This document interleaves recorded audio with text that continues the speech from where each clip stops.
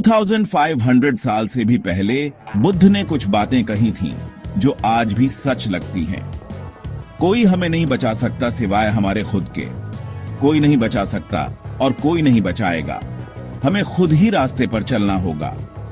ये कोई निराशा नहीं है, ये तो शक्ति है। इसका मतलब है कि आपकी आजादी की चाबी आपके अपने हाथों में है। हम अक्सर बाहर से मदद की उम्मीद करते हैं, भगवान, नेता, चमत्कार, लेकिन बुद्ध की समझ हमें अंदर देखने को कहती है। तकलीफ अंदर से शुरू होती है और मुक्ति भी। आप लाचार नहीं हैं। आप किसी बचाने वाले का इंतजार नहीं कर रहे हैं। बदलने की, ठीक होने की, जागने की शक्ति पहले से ही आपके अंदर है। सफर अंदर की ओर है। रास्ता आप ही हैं।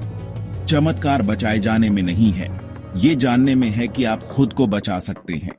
ये बुद्ध के रास्ते का पहला कदम है। ये समझना कि आप अपनी खुद की रोशनी हैं, अपना खुद का ठिकाना है। कोई और नहीं है, कभी था भी नहीं। इस सच्चाई को अपनाना ही असली आजादी की शुरुआत है। बुद्ध बनने से पहले वो राजकुमार सिद्धार्थ थे। शान और शौकत में रहते थे, दुख से दूर।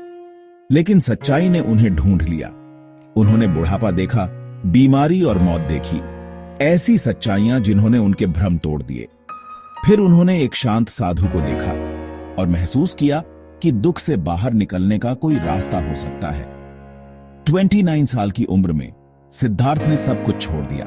महल, परिवार, आराम, सच्चाई की तलाश में। उन्होंने बहुत कठोर तपस्या की, लेकिन पाया कि उससे कुछ नहीं मिला। आखिरकार उन्होंने मध्य मार्ग ढूंढा।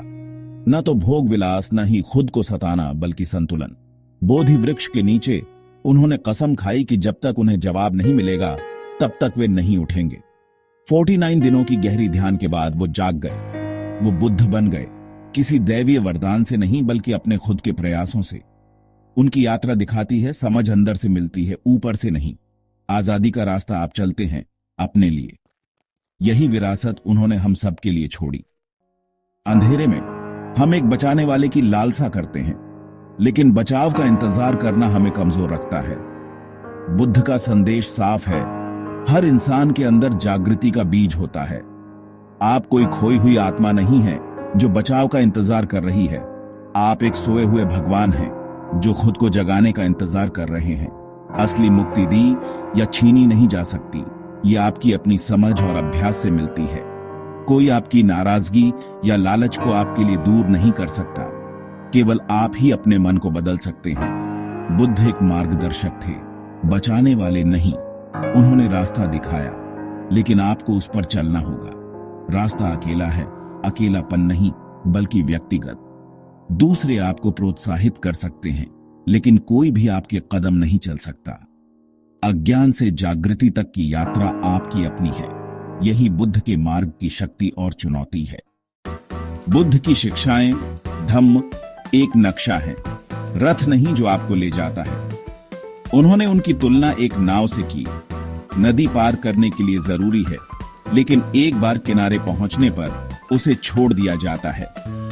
धम्म मन को समझने के लिए उपकरणों का एक सेट है, नियमों का एक सेट नहीं जिससे चिपके रहना है। नक्शे का अध्ययन करना पहाड़ चढ़ने जैसा नहीं है। कोई किताब या शिक्षक आपके लिए आपका जीवन नहीं जी सकता। असली काम ध्यान, दया, छोड़ना आपका अपना है। बुद्ध ने जोर दिया, हर चीज पर सवाल उठाओ, यहां तक कि उनके शब्दों पर भी। केवल वही स्वीकार करो जो आपको अपने अनुभव से सच लगता है। धम्म रेसिपी है, आपका जीवन खाना है। सच्चाई तभी असली बनती है जब आप उसे खुद चखते हैं। बुद्ध का संदेश उन लोगों में साबित हुआ जिन्होंने रास्ते पर चले। अंगुलीमाल एक हत्यारा चमत्कार से नहीं बदला, बल्कि खुद को साफ साफ देखकर और बदलाव चुनकर। किसा गौतमी दुख से पागल अपनी खुद की तलाश से सीखी कि दुख सार्वभौमिक है। किसी ने उन्हें नहीं बचाया, वे व्यक्तिगत अंतर्दृष्टि से जागे। हमारी दुनिया में हम तुरंत समाधान ढूंढते हैं, लेकिन असली बदलाव शांत, लगातार और व्यक्तिगत होता है। कोई किताब या गुरु आपके लिए काम नहीं कर सकता। चुनाव हमेशा आपका होता है। जागरूक रहना, दयालु होना, बदलना। सवाल किसी भगवान या बुद्ध के लिए नहीं है, यह आपके लिए है। क्या आप बाहर देखते रहेंगे या अपने रास्ते पर चलने की जिम्मेदारी स्वीकार करेंगे? यात्रा एक कदम से शुरू होती है। क्या आप इसे उठाने के लिए तैयार हैं?